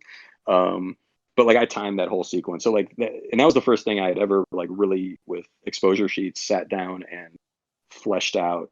And like that's a really good scene to like show I'm either full of shit or I know what I'm doing, because it's like that scene had every possible little trick you would need to put in exposure sheets. It had multi-plane scenes, bipacks, effects, transparencies, backlit things for police cars and gunshots, and like everything you would ever need to do in animation was like in that sequence. Just like a perfect storm. Yeah. So just the fact that like he sort of trusted me to do stuff while he wasn't there, and then extra stuff like timing that scene. Ultimately they're like, oh, okay, Greg wanted to. So after that, they let me direct. Oh yeah, that's so That's cool. awesome, man. So so I know you've been doing that like since then now, but you also did some work like on a separate Seth MacFarlane production. It was a Cavalcade of Comedy. Oh yeah, so that sort of came about during the writer's strike. When was that? Was that 2007? I think 7 or 8. So basically, like everything in town shut down, including family writer's strike. But this Cavalcade thing was already sort of a deal that Seth basically. Let me try to remember the chronology of this. I think at the time Seth was basically working without a contract. Like Fox hadn't renewed his contract yet, so he was kind of putting the feelers out there. Well, like what else can around here? So somehow that he made that deal to do Cavalcade, and the scripts were already written. So they sort of everything in town shut down, and this production's like, hey, let's start. And I didn't have work because Family Guy was shut down, and so Seth said, hey, Greg could do this. Yeah, totally. So yeah, and in a way we were just sort of doing the same thing we normally do, except sort of in a micro shorts version of it. But it was me, my Young, he came over and worked on it, and we had kind of a little crew of freelance board artists, and it was just a small little project, but it kept me working during that right. So yeah. But what was cool about that was, up until that point, everything we were doing was on paper, and that was the first time we worked digitally on something. So I had never worked on a Cintiq before, and I can't remember like why this production had this deal with Toon Boom and the Cintiqs and what have you, but they said, hey, would you be interested in working on Cintiqs? We think this will be easier for this production, especially with freelance, because then the board artists can send us the files of the board. And I was like, oh yeah, I mean, yeah, you're gonna pay me to learn a new thing, sure. That's always something you want to hear. And then it was so I thought it was so great because with Family Guy, because a lot of times you're sort of reusing similar things, like if you drop Peter, in the old days on paper, you'd redraw him every time he was doing something. His head would stay in kind of like a 3/4 sort of model sheet pose. So this way you could just copy, paste, and, redraw the body or do whatever you need to do, but you could reuse a lot of things digitally. And I thought that was so perfect for our show because I just thought it would save a lot of time. And especially with, being able to do, manipulate camera moves, like let's say on paper, I drew a scene panning from one panel to another. And then we decided, we want it to be a little bit wider or tighter. I'd have to go in and, white out the frame, draw on a new, things like that, or Xerox things. There was a lot of like literal cutting and pasting with paper and Post-its and white out and stuff. So just the fact that like, I want this shot wider now or tighter, or I want to move this over here, or this character needs to be a little smaller. Like all these little sort of nitpicky things you might decide you want to do later. It's so much easier to do that digitally. Yeah, Right. So I couldn't imagine doing that stuff back in the day. Yeah, it was a lot of Xerox. Well, just listening to him talking about sending his portfolios in, it's like, oh my god, on VHS. Yes. Yeah, I mean now this is the norm. Every studio is Photoshop or whatever. Yeah, paper boards is a thing of the past. But but that was I feel like that was probably one of the first things in town that tried it. And then after that experience, and when we came back after the writer's strike, we got to change our whole studio to do this. And I don't know, somebody talked him into it, and we switched to Cintiqs and Toon Boom, and then all of a sudden, like, started to change too. So I don't know if it was just coincidence or like somehow we got that ball rolling. I don't know. But it's a good thing you did. Yeah. Yeah, totally. Yeah. So I gotta ask, man, like, did you ever, like, in your whole career, like, imagine that, or let alone like on Family Guy, that you were gonna be not only nominated but win an Emmy for animation? Absolutely not. Especially since there's sort of like in the business, sort of this, I feel like sort of an anti-Family Guy, anti-Seth sort of thing a little bit. Sure. So the people who vote for the Emmy, especially the category that I won, the individual achievement, that's just a group of your peers. Those are other Academy members who are animation artists, and they basically they sit around with all the, at least in my category, storyboards. They look at all the boards, they look at the show that came from those boards, and they vote. And yeah, I never imagined anyone would about like the episode you worked on and what the Emmy was for and things like that. Yeah, it was for for Road to the Multiverse. There's a sequence where they go to a Disney universe, and it was this really, if you guys have seen it, it's like a fully feature animated. Oh yeah, it's that's the A Wonderful Day for Pi, right? That's yeah, exactly. So I directed that episode, but I also boarded that sequence. Usually the directors also board some of the show too. So I'm like, okay, I'm boarding that. That's what I'm doing. So we submitted my boards and the final sequence, and they loved it. They it was crazy. Like I never expected, but I basically, it's one of those things where like you find out before the Emmys that you won because it's a peer decision. It's like it's not the type of thing where they open the envelope and you. So I got a call. I just got a random call from Sean Cashman, who was an Academy member at the. I don't know, he might still be, but at the time he goes, "Hey, this is Sean Cashman, and I want to let you know you won an Emmy." And I said, "You're shitting me." Oh, that's awesome. And he goes, "No, we your sequence," and I'm like, "Wow, thank you." Well, I know one of the things you had told me once about boarding is the part like where they're yelling at Mort for being a Jew, and then Meg like grabs him with her tentacle. Oh, yeah. You were saying that that wasn't scripted or anything. You added that just for emphasis. Totally, like that. That's just another example of where the script doesn't always necessarily lock you into doing something literal. So just in terms of the overall sequence, like I wanted different characters to look like different Disney characters. So one of the first things I did was draw Meg as Ursula, because of course, right? Yeah. So and then once I had that, that guides other things. I'm like, oh, I can use those tentacles. So so that scene when at the end where they beat up Mort, the script just says they beat the shit out of Mort or something like that. It wasn't specific.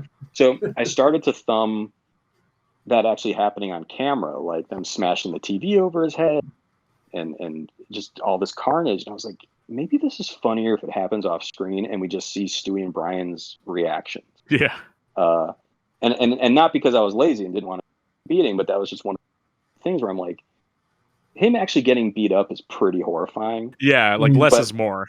Less is more. That's definitely my approach to a lot of. It's a Disney universe, and that wouldn't really happen in a Disney movie. That you would see anyway. Like you're already in the flip ending where this would never happen in a Disney movie. Yeah. But I just thought like that's maybe a little too horrifying to be funny, and I think it'll just be funnier to see Brian and Stewie's reaction. So I'm like, okay, well, how do I get Mort off screen? All right, Meg's got a tentacle that could fly over there and drag him across, and then he's gone.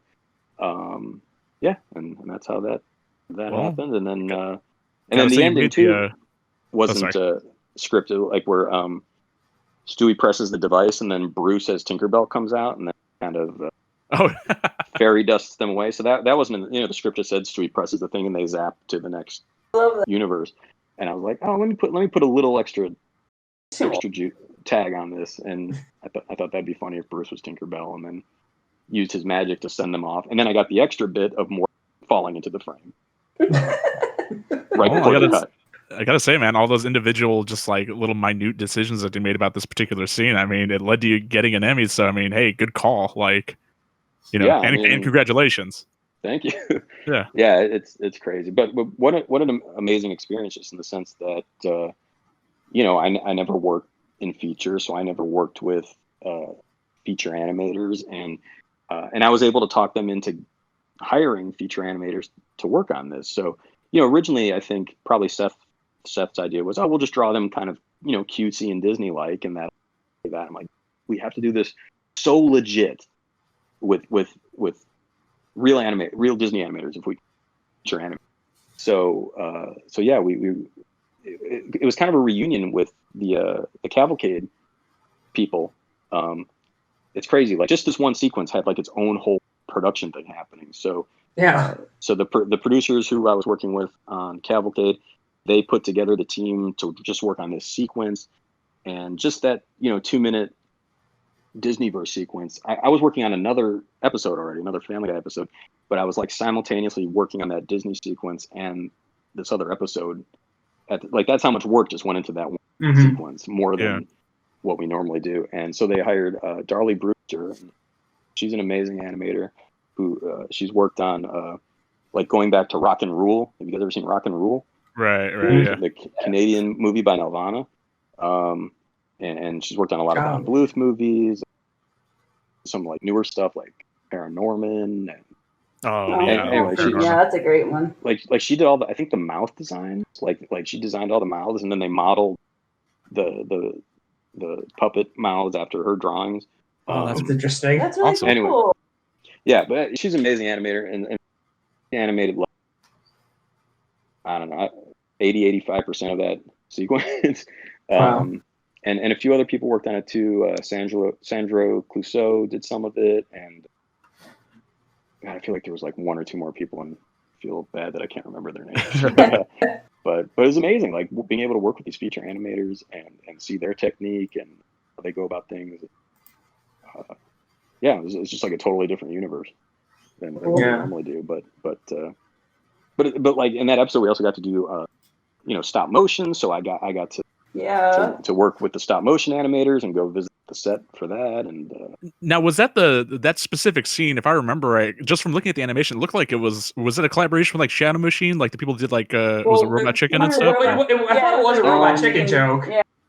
It was actually done at Screen Novelties, and I can't remember if Screen Novelties used to do Robot Chicken or if some of the people who worked on it used to work on Robot Chicken. Right.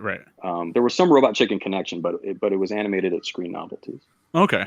Well, they nailed it because I mean, just from because that show has a very specific way of like how they do like their animation on there. So I was totally sold. Like I thought just from Seth Green's connections, obviously with the show itself and stuff. I kind of just thought that was like a co-production on that specific scene. Oh yeah, I'm pretty sure. Some of the people who worked on it used to work on Robot Chicken.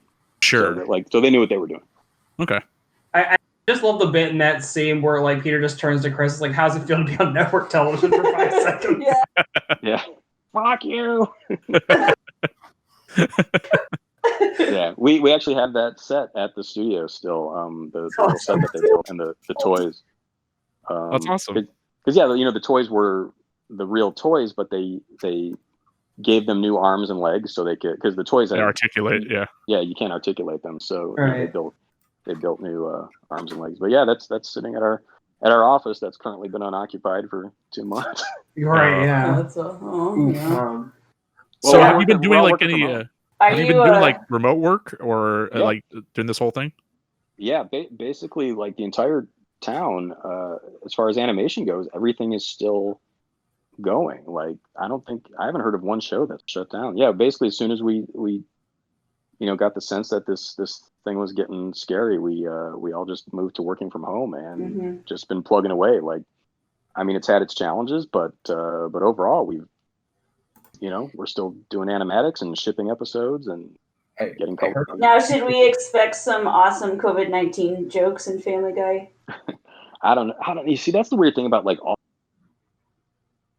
our show's gonna acknowledge this reality that we're gonna pretend like shit's normal in the TV. It'll be really strange to see what new shows are like now, but at least for us, I mean, our production time is so long. It's about a year from start to finish still when we do episodes. So is he gonna be like, remember that time when we had COVID-19? Yeah, right. It'd probably be a cutaway gag. Yeah. I mean, sort of unintentional. There was an episode that aired a couple weeks ago about Peter having to work from home, and like that's relevant. But it was conveniently so. Very complete coincidence. Yeah. Yeah. I heard a lot of people in the industry are kind of happier to work at home right now. Like they're kind of thankful in a sense. Yeah, it's one of those weird. It's like you kind of have this duality in your head about it. It's okay. I don't have to sit in. A lot of people have shitty commutes. I don't have to sit in traffic. I can just get up and start working.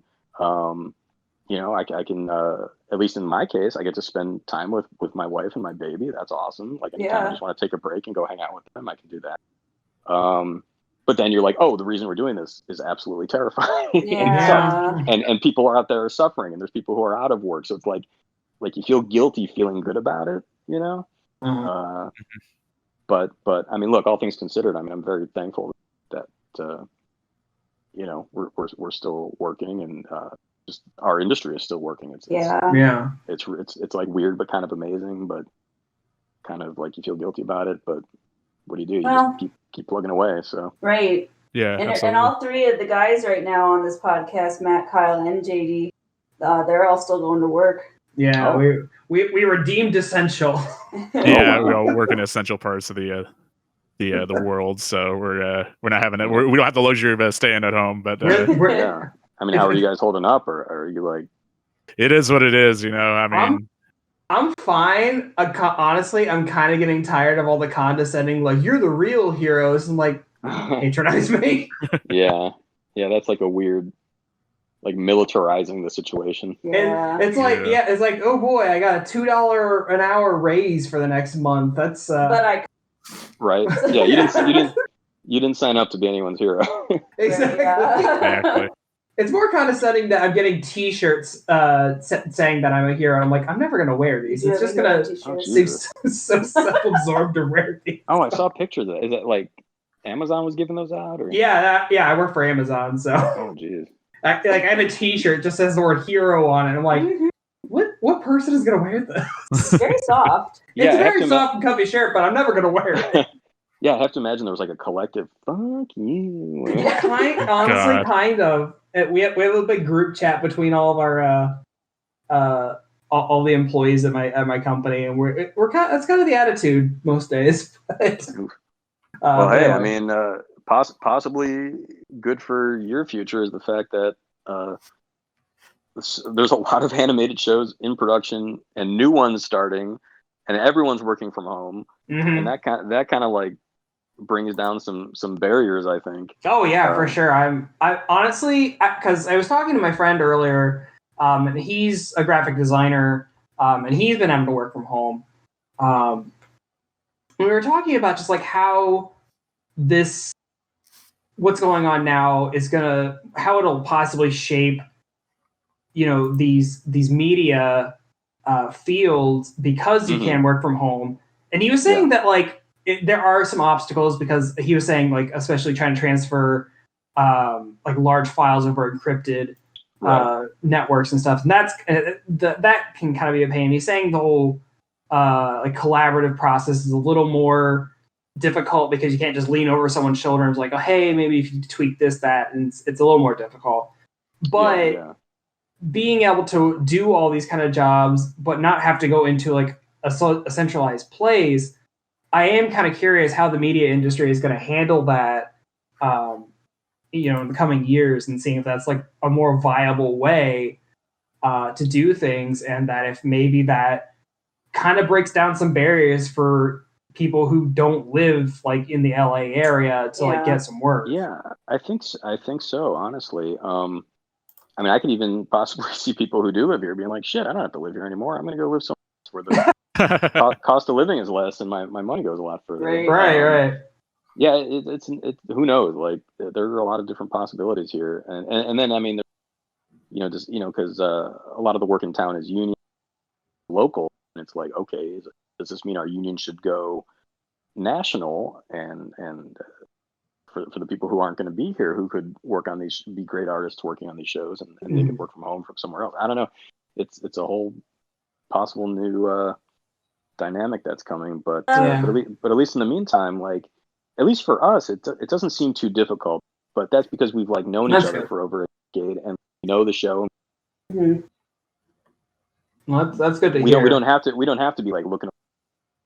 We know what to do. We know what we're doing, and we know who we're working with, and we know how to work with them. And there's just a familiarity there. I think what might be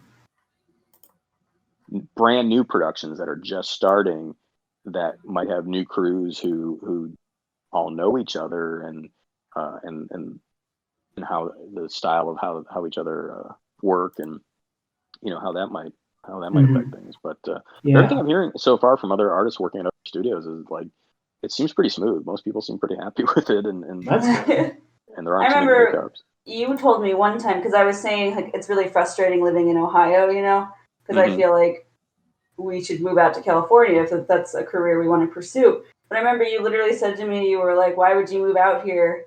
Because you were like, the traffic sucks. What would you do if you moved out here? Like, and you were basically I think it's tough to just like kind of move here without having something lined up already. Like, I mean, even just going back to for me, it was over 20 years ago, and just so much has changed. I mean, just, cost of living has gone up, rent's gone up, student loans, just like everything's so much more expensive. And, it's much harder for even artists who live here, who are like prolific and like work on a lot of shows. I hear stories, I'm never going to pay off my student loans. I feel like I'll never be able to have a house or start a family. Like, it's weird, like for an industry that makes so much money. The people who work on things often, I think, are underpaid considering how much they contribute to these shows being great. It's interesting. And also the cost of living, and how much it's gone. Like, basically wages haven't really matched the cost of living rise. I kind of feel that across the board for probably most industries, honestly. But I can only imagine how rough that is for animation people. Yeah, it's a good point though, because like animation and like entertainment and stuff, it's everything. It's everywhere. Yeah, and they do make so much money. So it is an interesting point that, like, you know, I'll follow a bunch of people on Twitter who are like really by any means famous artists, you know, that people follow because they like boarded Steven Universe or something. Mm-hmm. And they have like 4 roommates because they can't pay rent. Like, yeah, I mean, it's a whole topic of sort of loopholes studios sort of kind of go through to sort of pay new artists less. And it's crazy too, because again, like these shows, especially in terms of board artists, like if you're talking about like Steven Universe board artists and stuff, like they write the shows, they board the shows. Sometimes, you know, these days with the digital tools, board artists are also editing shows, adding their own sound effects, adding their own scratch tracks. And like I said earlier, already sort of doing so you've got board artists doing like 4 or 5, what used to be 4 or 5 jobs for other people. They're all doing it themselves, but they're getting paid for one job. Right. Yeah. Yeah. It's crazy. Like basically, it is crazy. There are artists today being paid what I was being paid on Invader Zim 20 years, but it's today. Man. And they're doing, like I said, editing, writing, design, all this stuff that the show could not exist without their contribution. I mean, and that's so bizarre to me. Like, can you imagine a movie or a live action where they go up to the cinematographer and go, "Hey, can you write this too? And then also edit it, and we're not going to pay you anymore." God, yeah. Like that's basically what's kind of happening with board artists these days. They're bizarrely underpaid for what they do. Yeah. That's so interesting. That's like a whole other side of the industry I never really thought about. Yeah. Yeah, but I sort of feel like, you know, this situation we're in now, we're the only thing that can be there making money for studios. I feel like that gives us a lot of leverage. Yeah. You know, I mean, it's a whole thing where we have contract negotiations every 3 years. You know, we have to use this for leverage. I mean, because there's a whole other thing too where streaming services can sort of get away with also paying even less. There's this thing in our contract called side letter N, which was sort of made when, you know, Netflix wasn't huge and the internet was kind of new. And it's like, oh, well, we want to unionize everything, even smaller productions that maybe can't afford our normal rates. But as we know, Netflix is now TV, you know, like there's no difference between streaming and TV. Like, shows we are shows. We don't even have right? cable. Yeah, we don't exactly. Have cable. We just exactly. Everyone's cutting the cord. So we're at this weird point where like they can still use side letter N to pay animation artists less, but it's like a bullshit excuse because these are massive, huge profitable companies. There's no reason they need to be paying us less for the same content that we would do for TV or feature, you know? Yeah, for sure. I feel like there's this sort of prestige of working in the industry and stuff that a lot of newcomers are gonna just be like, oh yeah, I'll do this for less pay. Like they don't have that knowledge in that. Right. They just want to work in that and I get it. Like again, like sort of following my own path. It's like my first job on South Park, $10 an hour, no guaranteed hours, no benefit. But it's like, oh, cool, someone's hiring me to work on South Park or a show. You know, of course I'm going to say yes. I was thinking about that story, and I was that was like my exact mindset. I was like, oh my gosh, I would do that, like because everyone's looking for like that in. Or like on Zim, I'd stay late and weekends and all that stuff because I was trying so hard to please them and prove to them they made the right choice in hiring me. And like I get the mentality. It's sort of up to people like me who have had the experience now to sort of mentor the new artists to not have those type of habits. But unfortunately, you know, a lot of shows still have directors and supervisors who sort of they did that when they were younger and they're still doing it and encouraging younger people to do that too. So it's like this cycle that keeps happening. So I mean, at least on Family Guy, I always tell the artists like, don't work late, don't work on weekends, don't put a lot of irrelevant shit in the board that I don't need. You know, like there's a whole weird thing where board artists, like they get their little sort of their bubble in their head. They want their board amazing, but like you have to realize no one's ever going to see that board. That board is a guide for the animators for the next step. Right. So like a lot of people, they'll color things and shade things and animate effects, and like they'll do all this stuff in boards that does not need to be there. But when they do that, that results in them working those extra hours or staying late or feeling, the crunch of a deadline. And I think it's important for directors and supervisors to like really like they of all people are the ones who should understand to be in the board. And so I really try to be like economic stuff. Like I want great staging, I want great poses, but like I don't need walk cycles, because the animator is going to do that later. I don't need if there's a fountain in the scene, I don't need the fountain animating. I don't need the fountain blue. Like people will do stuff like that. It's like you don't need to, and if you don't, that saves you time.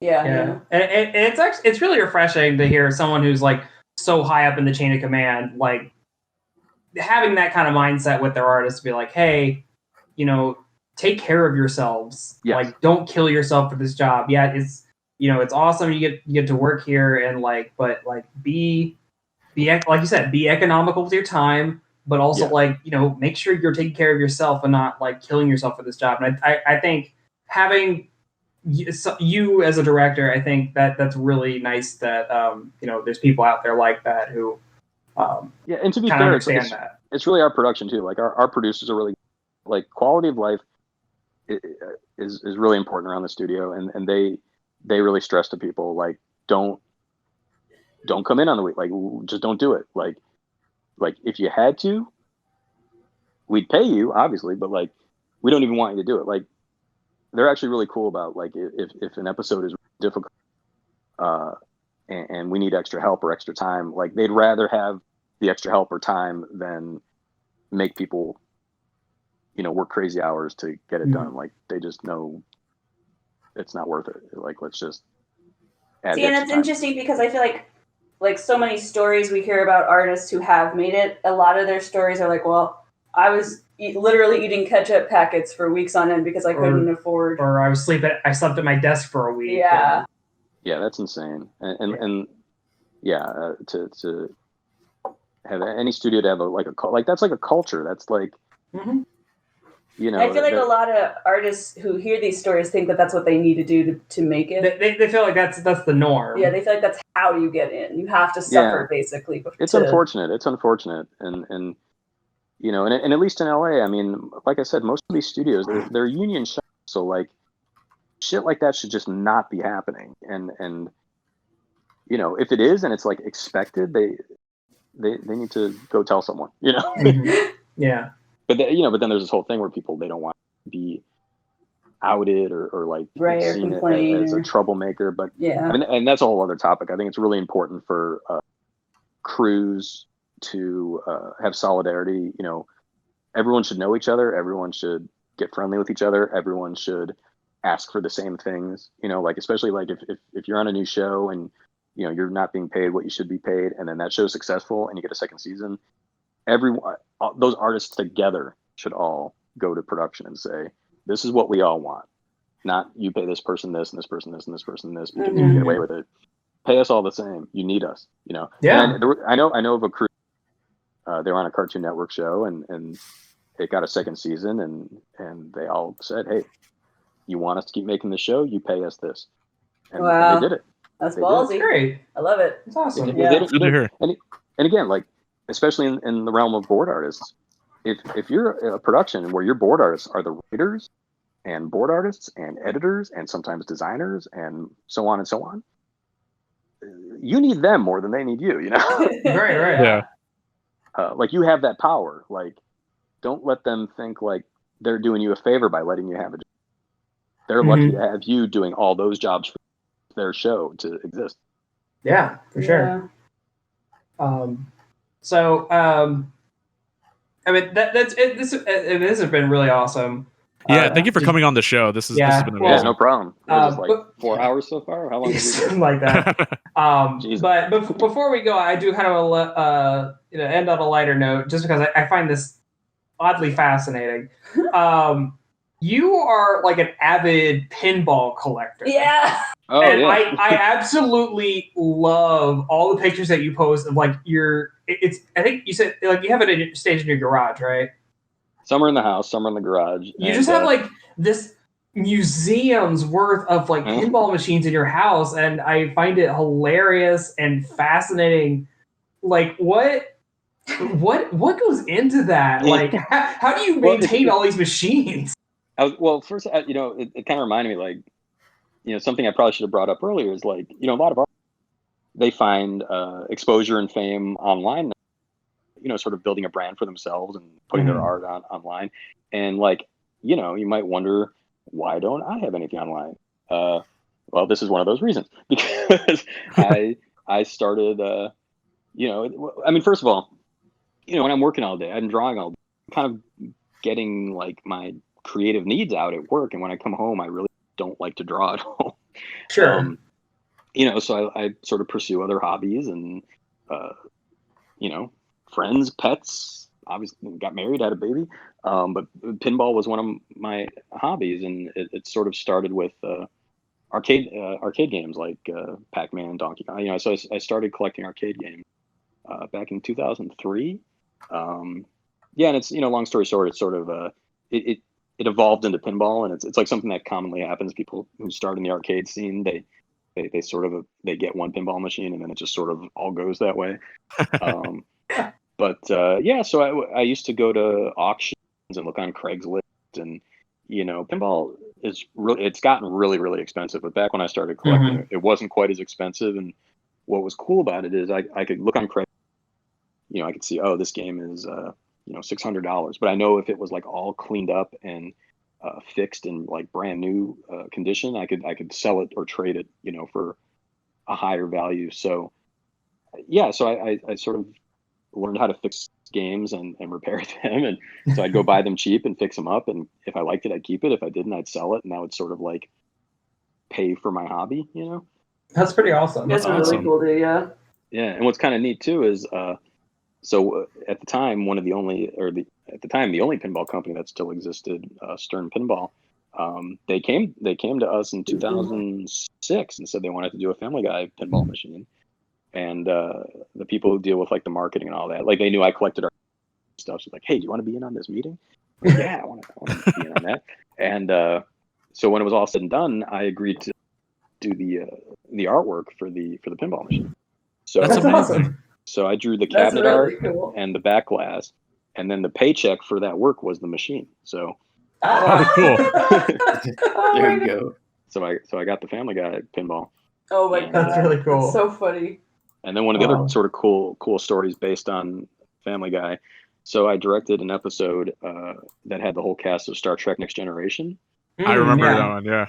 And so I had one of those machines already, and I had the back glass for the cast to autograph. And Gates McFadden said, "Oh, I still have mine in the box. I never opened it." And it's in a storage unit. And I just kind of want to sell everything in the storage. You know anyone who want to buy the pinball machine? And I'm like, so I ended up buying her personal game. Aww, that's awesome. And then I sold my other one. But what's awesome about her game? All the actors who did voices for that pinball machine, they all got their own personal game. And it has a plaque attached to it that says Williams Pinball presents this to Gates McFadden, and it also has a special chip just for her that if you press both the flipper buttons, it plays outtakes from her recording session. Oh my gosh! That's incredible. Oh my gosh, that's hilarious. You're right. I could do it for you if you want to hear it.